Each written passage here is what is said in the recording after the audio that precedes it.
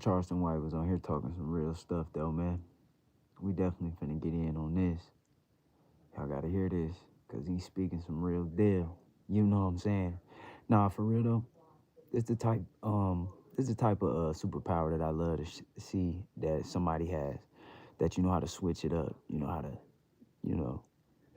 put on the character that you need to, the persona, whatever. Sometimes a real men, it's almost like tricking a bait. When you're putting out your bait, you got to put something out there, a little bit different sometimes to catch the fish, you know what I mean? So, everybody got a different bait.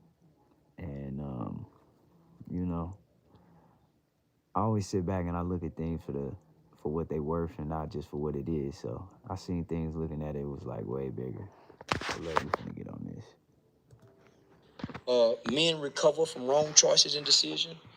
Men aren't always right. And that's what the culture has been missing. Nigga, the last platform that gave us that was Tigger in the Basement. Man, I missed that show. That was the last platform that gave us access to the men. Pull the veil back. Yeah. Stop, chop it up. Yeah. Performance at the end. Yeah. Yeah, so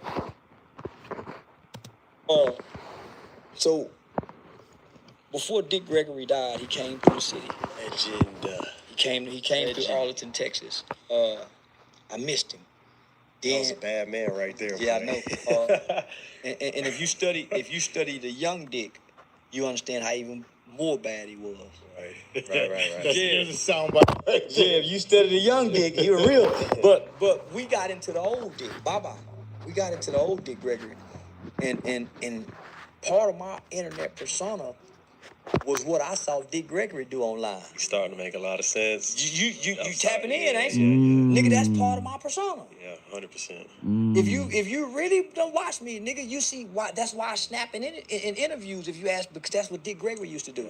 He go off on the motherfucker and he cuss people out, come back, bring it funny, and he read a lot of newspapers. That make a lot of sense.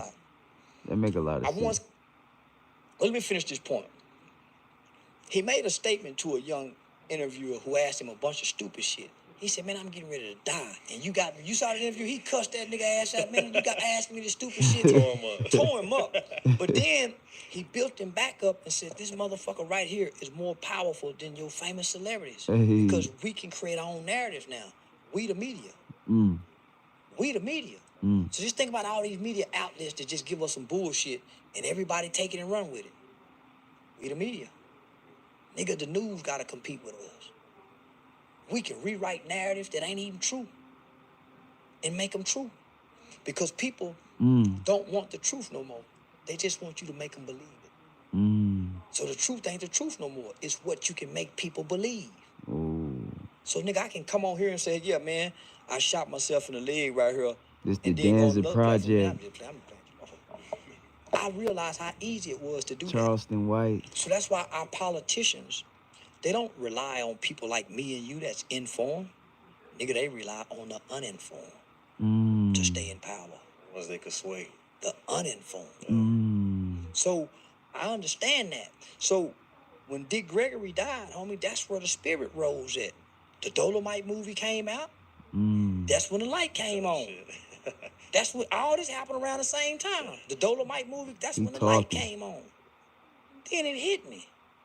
Homie, our people need a character. They don't need no more rappers. They need characters. What did Tyler Perry get in? Muddy, a character. Who loved Muddy? Our mamas, our grandmamas. Who you think went to all them plays? And they knew it was a man playing that character. And they love him to death. And they love Muddy. Yeah. Like it ain't. Yeah. Taylor, like it ain't. Come on, homie. So, I tapped into, homie, not knowing that this would be the results. I was blind man shuffling. But the reason why the results turned out good is because there was no hate in my heart. Even though I was saying hateful things. It was no real hate. There's no anger in my heart when I'm saying, "Fuck you, bitch ass nigga, crab ass." I ain't mad at nigga. I don't even know you. There's no resentment in my heart. And I'm literally asking God to keep the heart away from hate while playing hateful.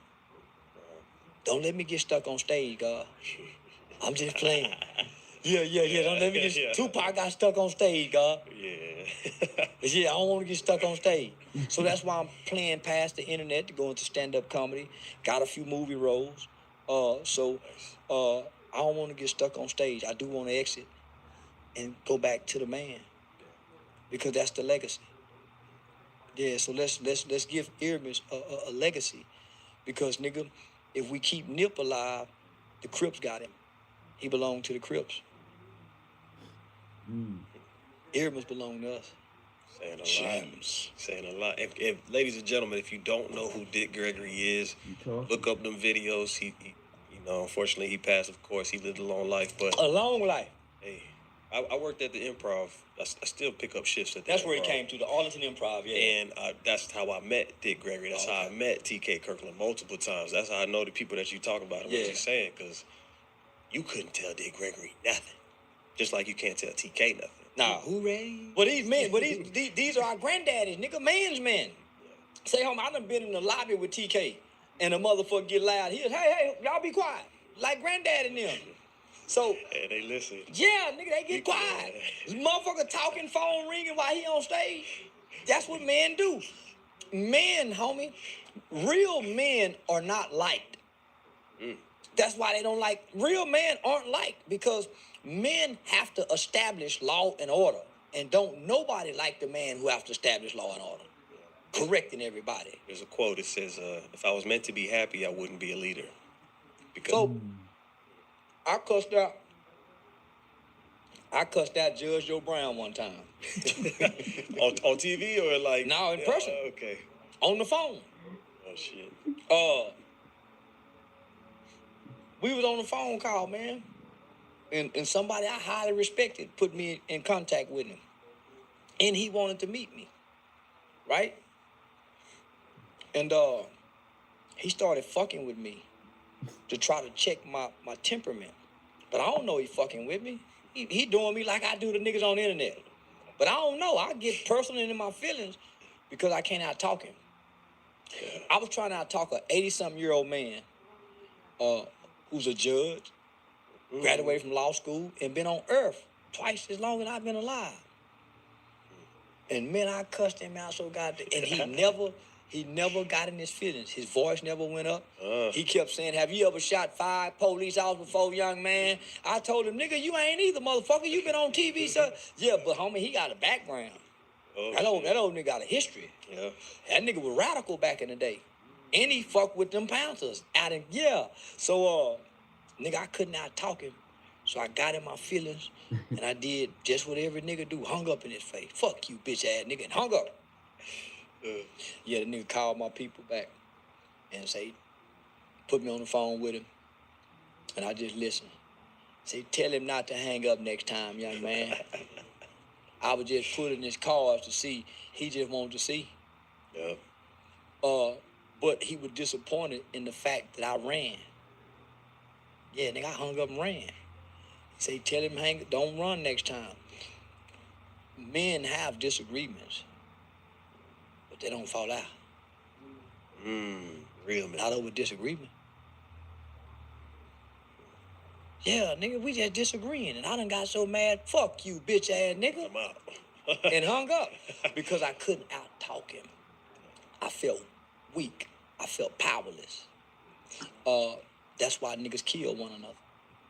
Nigga make him feel weak with his words. Nigga have power with words because words have power. And if we teach that, see, we were taught sticks and stone may break my bone, but words hurt like a motherfucker. Like a motherfucker. Nigga, it's some wars that been started over words. So, All the wars are starting over words. There you go. Now, with this rap music, you know what I'm Yeah. saying? Especially with the new age, it's all about dissing each other and making somebody hurt. yeah. To make somebody want to come and kill you. But what we have to understand, we have to start painting a bigger picture. Nigga, when you come hurt me, you make my mama cry. My brother killed the nigga, homie, did 31 years on a 114-year sentence from age 17. He been out for like 4 months now. I never heard my brother talk about God in prison, homie. So I used to always wonder, is that nigga gonna die in prison? He never went Muslim.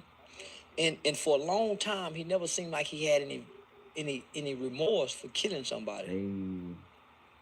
I told that nigga one time, man, I said, nigga, God ain't gonna never let you out of that, nigga, if you don't at least have no remorse for his mama. My mother, homie, had me locked up for a murder.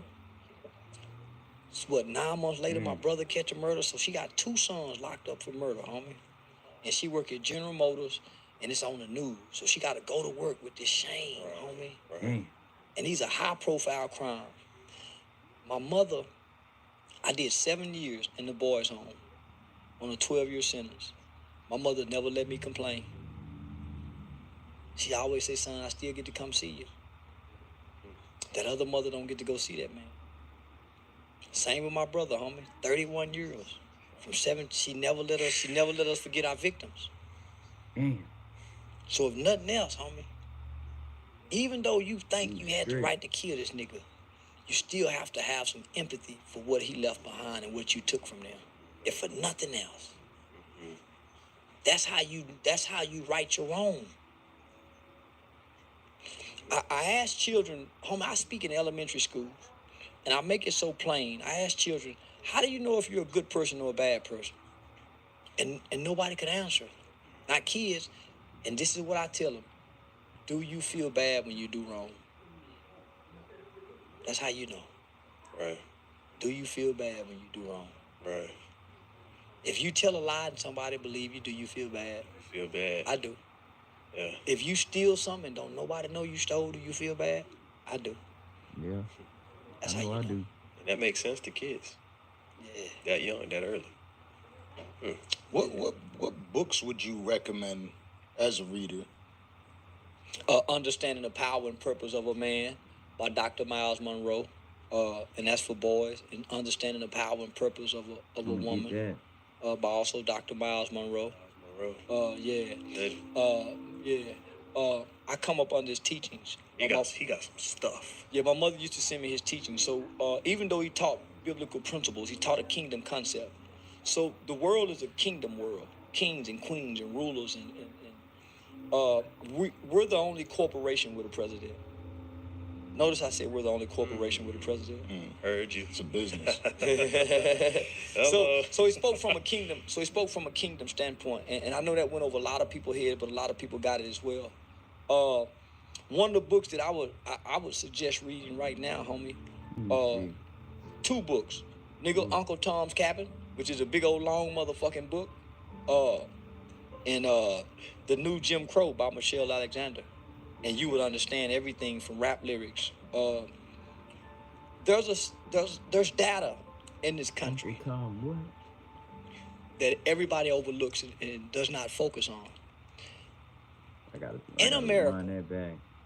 1 in every 3 black males will go to prison or be on some form of community supervision in their lifetime. The United States of America lock up more people per capita than anybody in the world, yet we're the freest country in the world. Homie, an innocent person can go to jail in this country and never have broken a law. A guilty person can do something and get out of jail, right? That's this justice system. It's flawed and it's fucked up. Crazy. So when you understand this concept, and in this book, The New Jim, man, she break it down so plain and simple.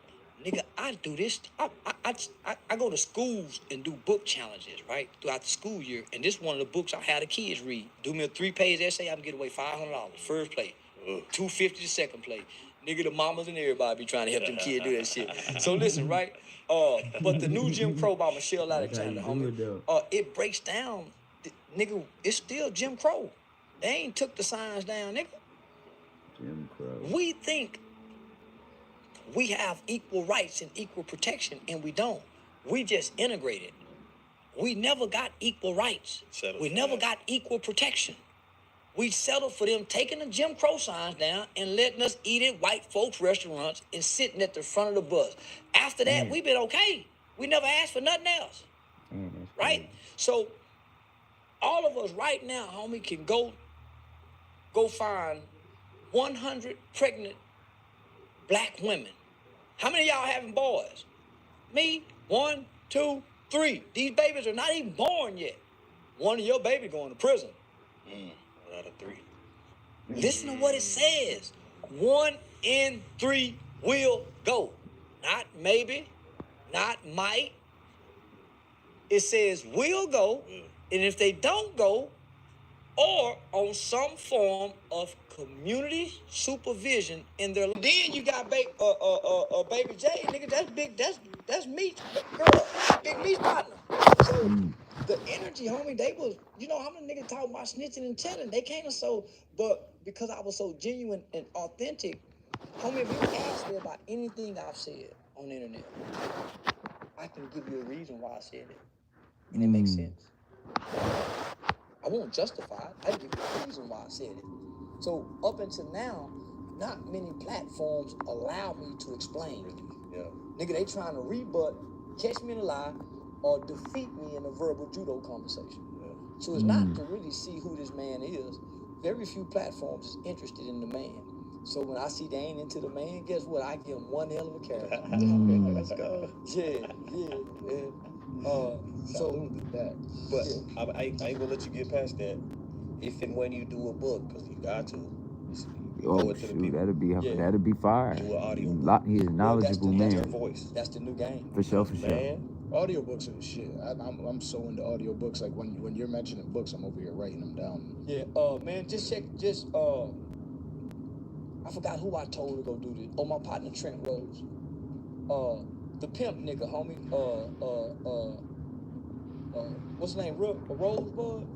Rosebud, the pimp dude. That's on the movie Pimps Up, Hold Down. I can't tell you. But just check him out, homie. He got audio books about his pimping life. Oh shit. On YouTube, right?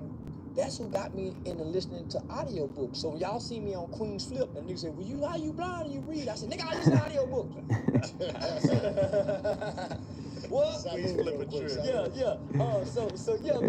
I wasn't bullshit. I was just getting into audio books, right? Listening to Rosebud.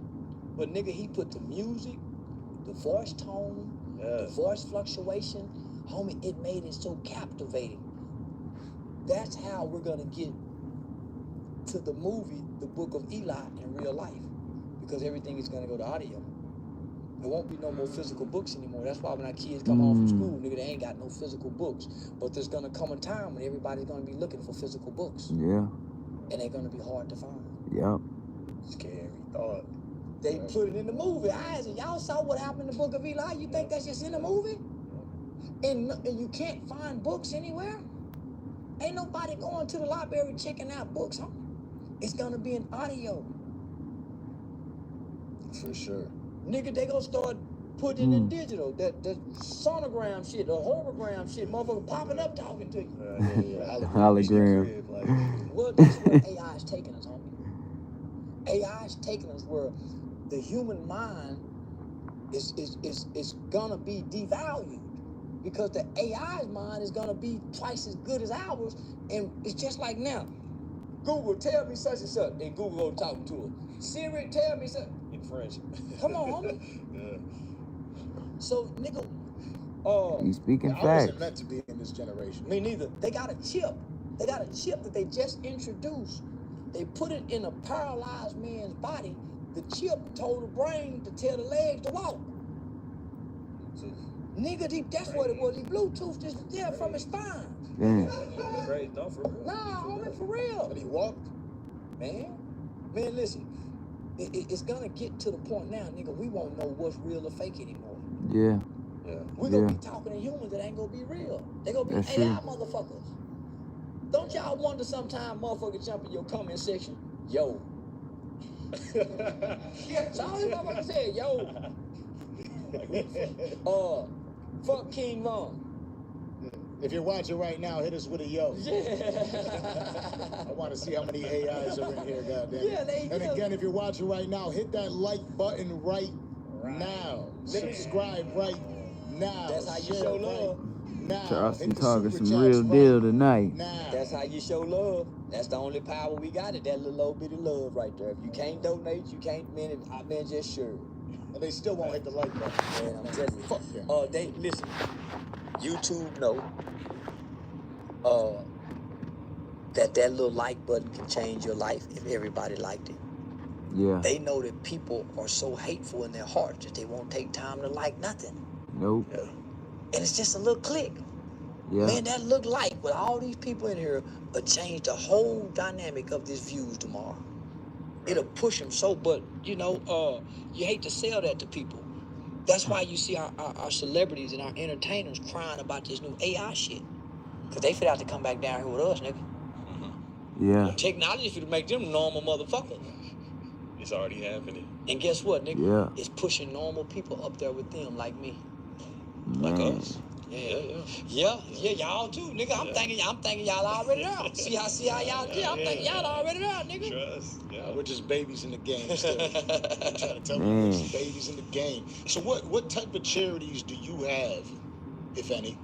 And where could we go to donate to that charity? I let my 501c3 go.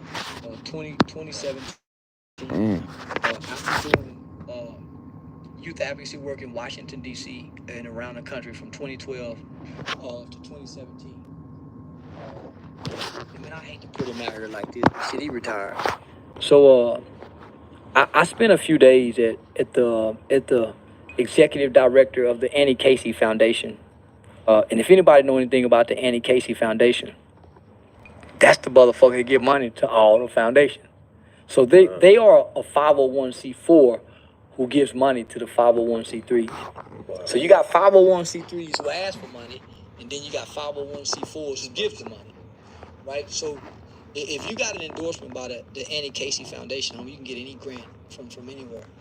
And so I spent 2 days at Bart LeBeau's house, and at the time he was the executive director of the Annie Casey Foundation. And it was his wife. They were real crazy about me. And they was training me on terms and terminologies and words to use when meeting with politicians on Capitol Hill. And I was looking at their library shelf, bookshelf, and I saw this book that said the revolution will not be funded. Now we all done heard the revolution will not be televised. Mm-hmm. The revolution will be televised, people. Yeah. Nobody back in those days projected the cell phone era and camera phone. Yeah. So they thought the motherfucker wouldn't be televised. No, it's gonna be televised. The revolution will not be funded. That's why most people with a non-profit organization is begging for money, including your pastors. So this book, another book y'all should write down and read, called The Revolution Will Not Be Funded, was written by a Jewish council. And in this book, it breaks down what they call and describe the non-profit industrial complex. Shit. Oh, he talking. That's a smart nigga over there. He just talking. Them words alone. Non-profit industrial complex. So he talking. I'm gonna pose this question: why do you think you see so many black people when they think they get on, they want to get a 501c3? Why you think so many black people want a 501c3? Well, in this book, it tells you why. Why black people, rich people, white people, anybody want a 501c3 to funnel money from taxes. Number two, to control. Well, this is why the nonprofit industrial complex was created. Number one, for funnel money for tax purposes. Number two, to control and hinder social movements. To control and hinder social movements. 501c3s and nonprofits was created in response to the civil rights movement. Okay. To control and hinder social movements. So when Dr. King and them went to Washington, D.C. to give that monumental speech, I Have a Dream on the Washington Mall, before he gave that speech, they invited 6 to 7 pastors to meet with the president. That's when they agreed to take the signs down, and each one of those pastors was given. I think that might be me. Each one of those pastors was given a lump sum of money for funding. The civil rights movement needed funding. For the most part, Harry Belafonte was taking care of Dr. King, funding him. So, to hinder and control social movements. Hey, he talking. So I let my 501c3 grow and just called myself a youth outreach. And I never applied for a grant. I never asked white people for money. I got money from the prostitutes that walk the streets. I threatened to call the police on them bitches. Y'all seen that video? Y'all seen that video? I told them, "Hold, ain't no pussy being sold out here to the kids. Get on the school bus, bitch." And they didn't sell pussy. So now, homie, I use the community. Why around town the white folks? So once the white people saw that I could do that, I garnered more respect downtown. So I let my 501c3 go, and then I started understanding why the black church in any church got in bed with the state by 501c3. Our Constitution says that the state and church is to always be separate. But when President Bush enacted this faith-based initiative and started giving the faith-based initiative people 501c3 status, now the churches can claim tax exemption. Yep. Shit, they ain't for the people no more. Yeah. So nigga, I'm for the people. So I don't ask for no donation. I never post my cash out. So if you want to help my organization, look for somebody locally that you think is doing what I'm doing and commit to them monthly and give it to them. If you don't trust them, start volunteering at your school and start looking down at the nigga feet with the worst shoes in the school and watch how his behavior change when you buy him some new shoes. Right. Yeah. Damn. Something so simple. Yeah. Damn. I ain't mean to do this to y'all, man. I know y'all thought y'all finna get a bullshit. I wanted this.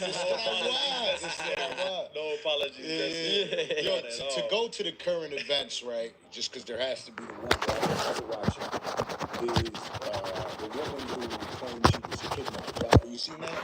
Yeah. I knew that bitch was lying from the jump. So she was like. She was lying from the jump. She was Googling ways to disappear and all kinds of wild. Yeah, the craziest part was that she was watching the movie Taken. Yeah, who come up missing don't show up back home. Yeah, right. Yeah, she show up a lot of places, but not back home. Man, she was smart for a minute though. Yeah. She should have made somebody put a few knots on her head. Something. Fuck her longer than what she need to be fucked to make it look like a rape. She didn't stage it good enough. Now. Well, this what people fail to realize. If somebody do something bad enough, and they take it serious, they just go to space and run a space camera. That's how they caught the Boston Marathon, motherfucker. Walked that motherfucking bomb package all the way back to that. Yeah, they went and rewind the tape. That's all they got to do, homie, rewind the tape. We keep forgetting that, homie. They can rewind the tape. From the satellite. Yeah. Like, watching you everywhere. Oh, yeah. Yeah, what's his name? Eric Snowden. He told us what they were doing. He told us what, Al Snowden, right? Al Snowden. Is it Eric? Eric Snowden. He's still on the road. Yeah, he's in Russia. Yeah, that's where the movie, what's the movie come out when he was telling the government spying on everybody? Yeah, Eric Snowden. Yeah. Edward Snowden. Edward, I knew Edward. Yeah, I'm calling him Eric. Edward was an E-word. All right, Edward. Man, but like countless gems in this interview. That's what people got to get out of it. That's what we aim to do. You know what I mean? Is to aim to speak to the human behind whatever character there is. With the rappers, we've got to open up a lot about a lot of the artists that do come up here. I hear you on what you say, but I definitely think that a lot of the rappers are intelligent. Yeah, I do and too. They hide it. They hinder it. And when you get a chance to actually speak to them in a platform where people are looking to speak to them for the human they are, bro, they open up and they start talking. Yeah, when Plies first came out, he sounded dumb and stupid till he started giving interviews and realized how intelligent he was talking. He had articulate. He was very articulate. But if you listen to his songs and how he was talking at first, Really different. yeah, man. Yeah, man. We need them to humanize a rapper before he die. We so desperately need that, homie. Because then we can start having more compassion for these niggas and not hold them such high regards and esteem where they gotta crash out. We need them niggas to be humanized, homie. Hell yeah. We need another, man, we need an I Need Love song. Them niggas act like they don't even need love. Right. Everybody, man, so, man, so we have to do it, homie. Or else, what's coming behind us? Some fucked up kids. How worse can we get? It can get worse. Hell yeah. Nigga, I know a 3-year-old killed a 12-year-old 3 weeks ago. A 3-year-old? It's in the newspaper for a 3-year-old nigga killed a 12-year-old. Shit like that. The gun laying around and we so far, boom. Everybody want to point. Yeah. Everybody want to point and pull the gun. All the play shit. Everybody want to point and pull the gun. Homie, it's some white household that got guns around, but because these kids was raised around guns, no gun safety, they never looked to touch the gun. It's only with a new kid come over and be fascinated staring with the gun and eventually want to touch it. But a kid who understands the gun, that is taught it, they not fascinated by guns. Parts. We had an artist up here, Slat Zai. I'm not sure if you recall when Slat Zai came up here. Shout out to Slat. He spoke on a story where his little brother died. His best friend came over, left the gun. His little brother grabbed the gun, killed himself. Just didn't know. And he had a choice whether it's this best friend somebody that he hates or he still loves. And he still loves him. And he said, you know, it was a mistake. And he understood that it was a mistake. He didn't take it as this guy killed his little brother. And it was a heartbreaking moment for him. And it kind of shaped the man who he is today. I got 2 partners, homie. My nigga Sane, little brother, killed Tego brother. Tego got a baby by Sane's sister. Them niggas been partners since childhood. 10, 11 years old. Yeah. They done put in work and done things with people. Yeah. These 2 G niggas. My nigga brother flipped out and just dry kill Tego brother. Yeah. And then shoot Tego. Damn. My niggas and them still love one another. It took some working because the family, you know, it divides everybody. Yeah. Right. Now, I mean, my niggas and them, that love ain't lost. My nigga same brother home now. Yeah, how did they receive him? Everybody still working to love one another. That's tough. Everybody still working to love one another, homie. Real love, homie, it's hard to abandon. Yeah. When you really love a nigga. Right. Hey. Nigga, it's a motherfucker really love. Yeah, homie, it's hard to abandon that love, and you really love that person. You can hate them and still love them. That's why they say it's a thin line between love and hate. The human heart, homie, is so complex. The human mind is even more complex. Nigga, we don't even use all of it, but we use all our hearts. Nigga, we can tap into that whole brain. The forces don't let everybody do it. Nigga, everybody can't handle their own thoughts. No. That's what corrupts the heart, nigga, them fucked up ass thoughts. And if them thoughts seep into the heart, nigga, and that's where we at now. We done let the thoughts seep into the hearts. And we display it in how we treat one another. What them 2 niggas did right there, homie, what he had to do to get himself to still hold on to that love.